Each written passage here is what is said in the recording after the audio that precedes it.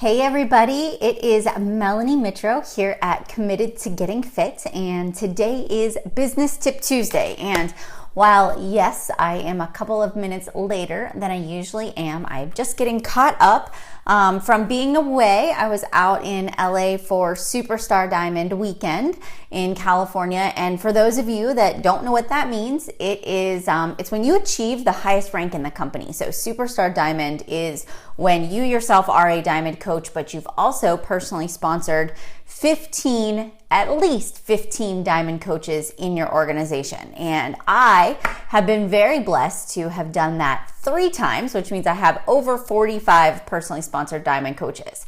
And to me, I just feel like there's no greater joy than seeing my coaches succeed, seeing them have success and grow an organization. So Superstar Diamond Weekend was sort of a celebration for my husband and I. It was a time away. We got to hang out with Beachbody Corporate. We got to have some great meals, some great conversations, some training by Dr. Billy Browning, who did a branding training with all of the Superstar Diamond coaches. Plus, we also got to go to the spa and do a professional photo shoot. So it was fun. It was just sort of a pampering weekend. And now here I am back in action and ready to go. And so one other quick thing before we get started today is this. If you have been trying to message me and you may have hit up my personal Facebook page, right now I'm having some issues with my Facebook. I'm not getting any of my private messages through my personal page. So if you're a coach or you're one of my customers or you're trying to get a hold of me in any way, please message me here at Committed to Getting Fit. This is where I can respond and reply to messages because my personal page is not working. All right.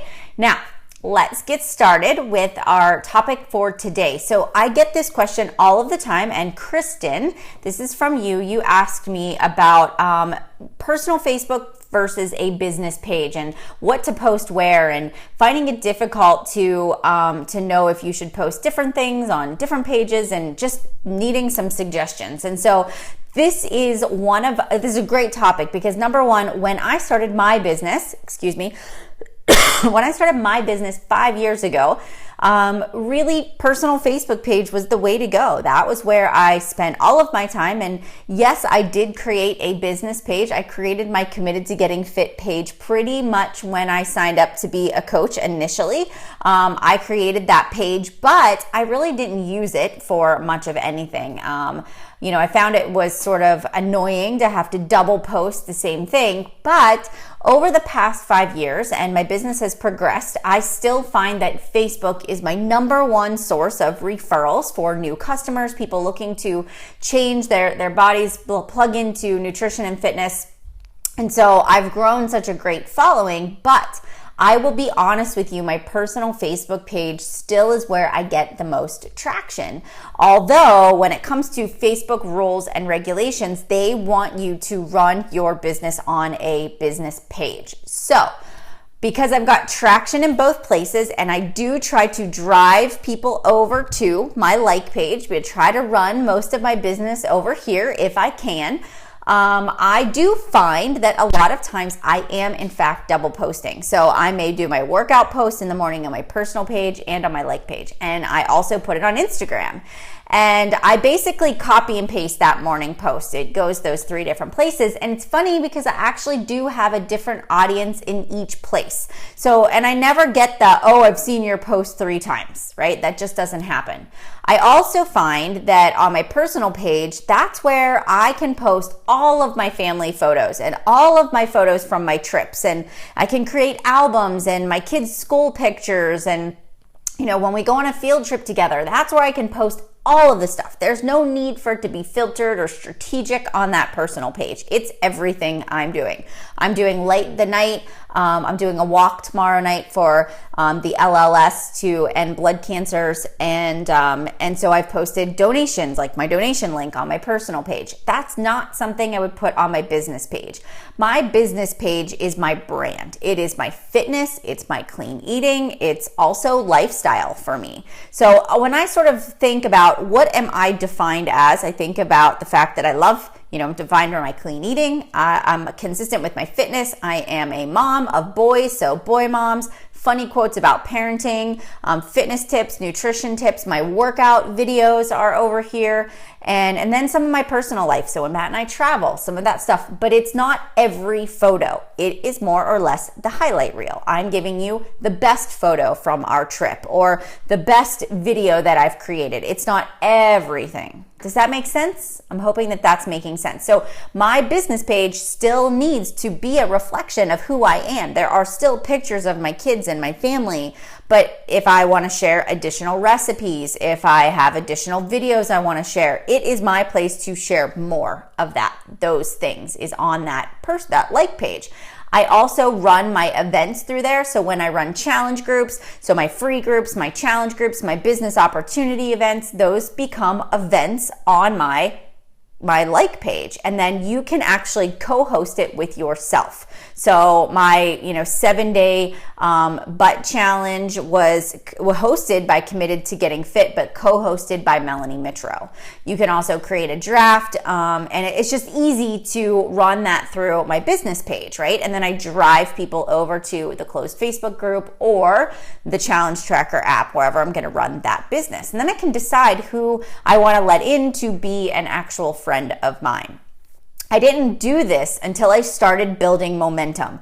On my like page, it took me a long time to build momentum, right? So I would sponsor and still do sponsor an ad for likes, where my goal is to just get new followers to like my page. So it was a workout video for a while of me and two of my other friends. We were doing a workout and we talked about fit friends and having that fit family. And basically my goal was to just get likes. And then as I would get likes, I would look at those people and decide whether or not I wanted to follow them back or wanted to add them to my list of somebody I wanted to invite to a future group, and so I would drive those likes. And the way I ran my like page was to see if I could get my engagement up. I would pay attention to what people were responding to, how many likes, how many shares. And you getting shares and likes is what is going to drive that traffic up and make your page more successful. If you're consistently getting 0 likes and 0 comments,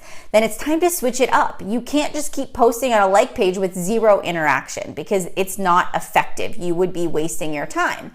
So what did I do as a new coach trying to figure this all out? Google. I Googled everything. I watched YouTube videos about how to get more engagement on my like page, how to get more followers, how to get people to share my stuff, how to brand myself, how to really develop my own unique voice on social media. I stopped being a Beachbody coach. So don't just be a Beachbody coach that's selling fitness and nutrition programs. Don't just post your sweaty selfies, but add tips in there about nutrition and recipes and meal planning. Or if you're somebody that doesn't even like to eat clean, you're vegetarian or you're paleo, that's part of your brand and you want to share that stuff. And so your like page needs to be your brand. It's the face of your brand. All right. Okay. So you can sort of see that when you compare Melanie Mitro to Committed to Getting Fit, you can see the difference between the two. And to answer your question, no, I do not spend a lot of money to sponsor my like page. When I was a brand new coach, actually up until about 18 months ago, I spent this much money on my like page, $0.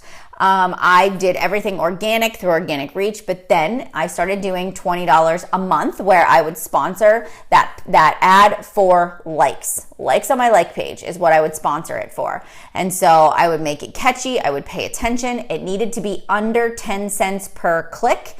And that was how I would determine whether or not it was effective. If it was 20 or 30 cents a click, it was not getting me enough traction. So I would kill that ad and redo it with another image, change the wording, and just sort of switch that over. All right. So that's what I did. Joni, how do you do a like page? Well, a like page is what you're on right now. So it's all linked through your personal page. So if you go to your personal Facebook page, and then if you look on the left-hand side, it will actually say pages underneath of your groups. Then you have pages. You can click create a page. And that's where you can create a page. You can give it a name. You want it to be, if you're a Beachbody coach, a public figure. You can go in, you can add your profile picture, which it should be a picture of you, because again, this is your brand. People are not buying Beachbody, they are buying you. They're buying the lifestyle, your support, your personality, what you have to bring to the table. So it needs to be authentically you. And if you think about the brands that you follow, like I follow Lorna and Jane, I follow my church, I follow Blogilates, I follow One Fit Fighter, all those pages. There, I can see their personality on that page. I see them. It's not all motivational quotes.